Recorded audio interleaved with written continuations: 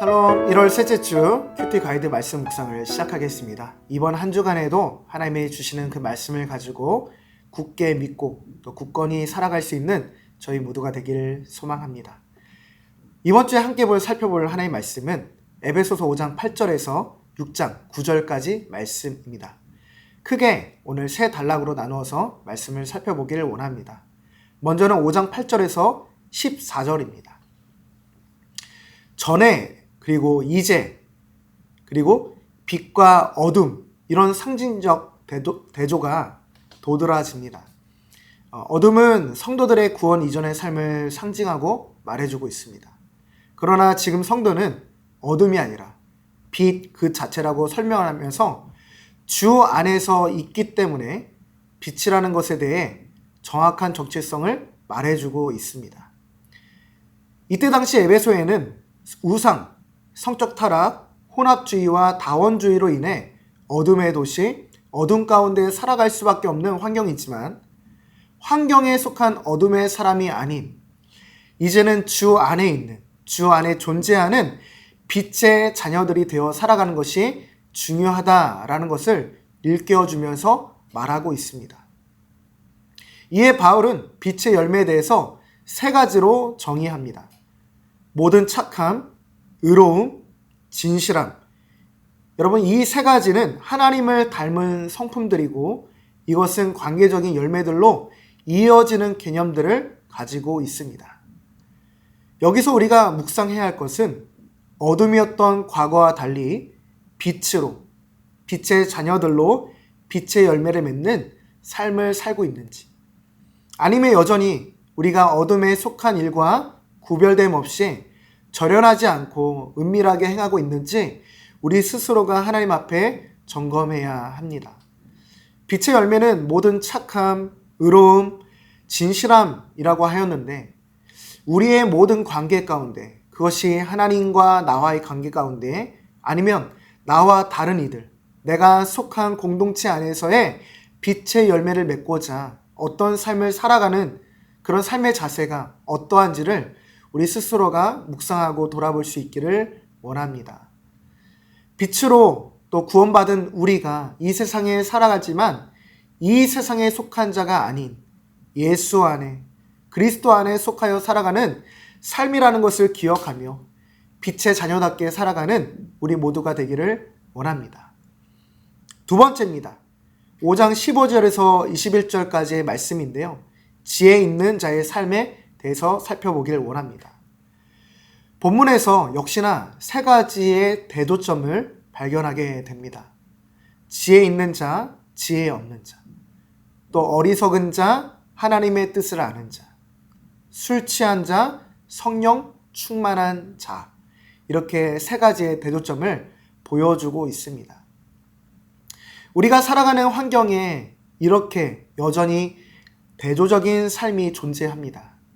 그런 대조적인 삶에서 바울은 예수 안에 들어와 빛으로 변화된 성도들에게 그와 걸맞은 삶을 살라고 말하고 있습니다. 여전히 악하고 어두운 세상을 사는 성도들에게 지혜가 필요함을 말하고 있는데요. 하나님의 뜻을 이해하고 그 뜻대로 살아갈 능력이 지혜라고 이야기하고 있습니다.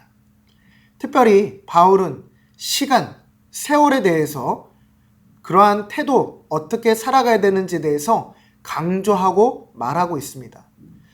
술에 취한 것처럼 의미 없이 방탕의 시간을 낭비하는 삶과 대조해서 성령 충만한 삶을 부각하여 그리스도인으로서의 삶의 뚜렷함을 말해주고 있습니다. 여기서 우리가 묵상해야 할 것은 세월을 아끼는 지혜로운 삶을 살아가는가, 아니면 방탕하고 내 욕심, 욕망을 따라 살아가는 삶을 사는가, 이런 대조적인 물음이 필요합니다.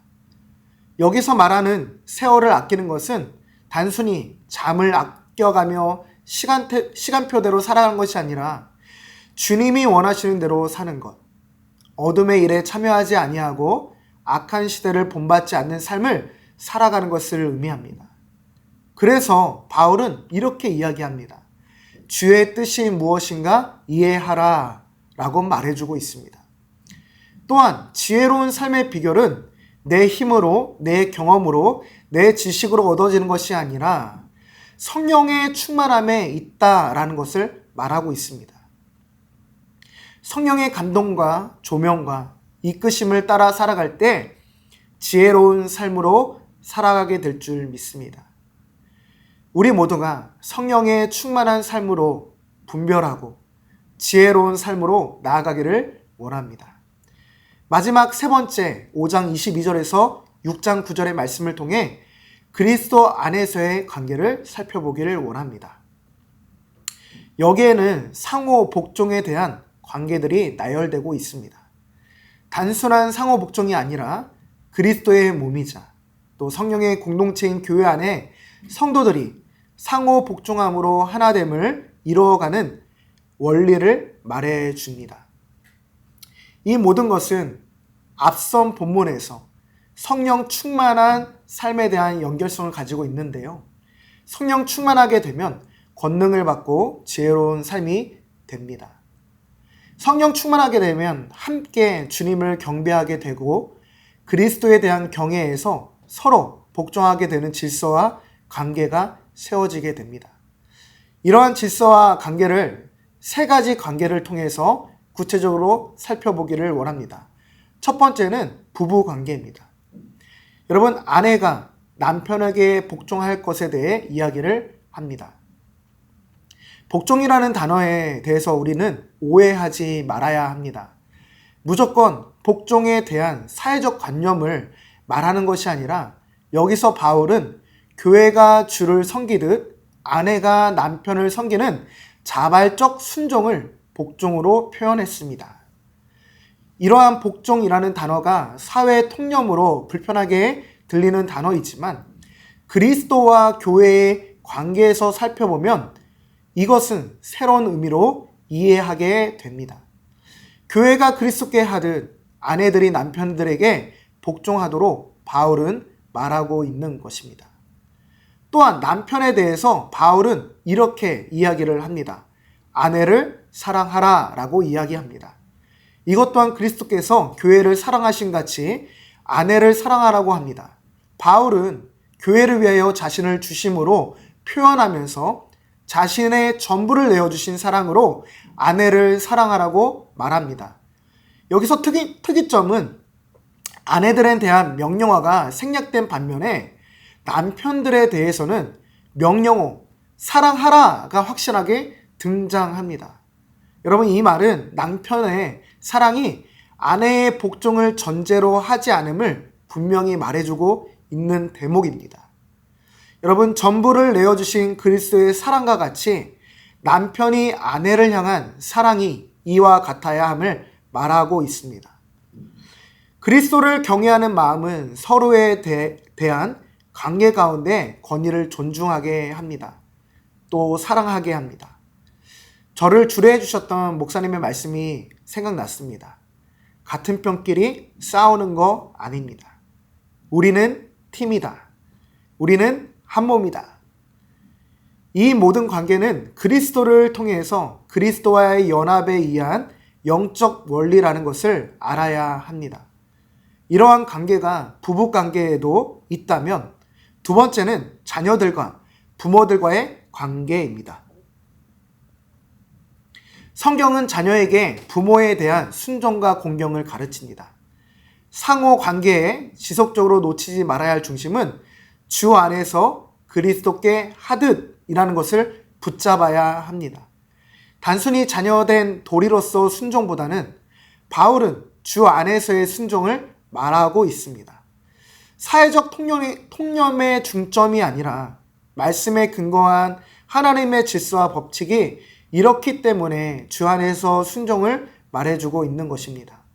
이와 더불어 아비들이 자녀들에게 갖춰야 될 모습은 자신의 생각과 방법으로 자녀를 훈계하는 것이 아니라 하나님의 말씀을 기준을 삼고 그것을 통해서 자녀들을 훈계하고 가르칠 것에 대해서 말하고 있습니다. 이러할 때에 가족이 믿음의 가정으로 세워지고 믿음 안에서 질서와 평화를 이룰 줄 믿습니다. 여러분, 끝으로 종들과 주인들에 대한 관계를 말하고 있습니다. 종들은 주께 하듯 성실과 진심으로 주인을 섬겨야 하고, 주인은 동일한 섬김에 더해 당시 일상이던 종을 향한 폭력을 그쳐야 함을 말해주고 있습니다. 여기서도 주목해 볼 것은 그리스도께 하듯 하라는 것입니다. 종들에게만 해당되는 그리스도께 하듯 하는 것이 아니라 주인들에게도 같은 방식을 말하고 있습니다. 당시 상황에는 종들이 인격적인 대우를 받지 못했던 시대였고, 주인이 종을 억압하고 다스리고 통치하는 문화에서 이러한 바울의 명령은 그리스도 안에 있는 종이든 주인이든 세상과 다른 모습의 삶에 대해서 이야기를 말하고 있습니다. 여러분, 9절의 말씀에 보면 그들과 너희의 상전이 하늘에 계시고 그에게는 사람을 외모로 취하는 일이 없는 줄 너희가 안다라고 말합니다. 모두 하나님 앞에서 동일한 지체들이라는 것을 통해 서로에 대한 존중, 하나님 안에서의 질서를 말하며 하나님의 사람은 이 세상의 사람들과 다름에 대해서 이야기를 합니다. 여러분, 마지막으로 묵상해야 될 것은 무엇일까요? 우리의 삶의 관계가 이러한 사회적 통상 개념을 가지고 살아가는 것이 아니라 그리스도 안에서 하나님의 뜻에 맞게 관계를 세워나가는가입니다. 그것이 부부의 관계, 부모와 자녀의 관계, 주인과 종의 관계의 질서를 하나님이 말씀 가운데 새롭게 세우셨다는 것을 기억해야 됩니다. 우리가 세상과 구별된 거룩한 백성으로서 오직 성령의 능력으로만 이룰 수 있는 이 사랑과 섬김의 관계를 이루어가며 가정이 세워지고 교회가 하나님의 뜻 가운데 세워지는 것임을 묵상할 수 있는 시간이 되기를 원합니다. 우리는 어떤 관계를 세워나가고 있습니까? 나 중심의 관계인가요? 아니면 하나님의 말씀과 성령 충만한 권능으로 하나님의 뜻을 따르는 관계를 이루고 계신가요? 끝으로 한 주간 말씀을 묵상하시면서 개인 기도와 또 함께 공동체 기도 제목을 함께 생각해 주시고 기도해 주시기를 바랍니다. 말씀 묵상에 하나님의 더욱 크신 풍성한 은혜가 가득한 한 주가 되기를 간절히 소망합니다.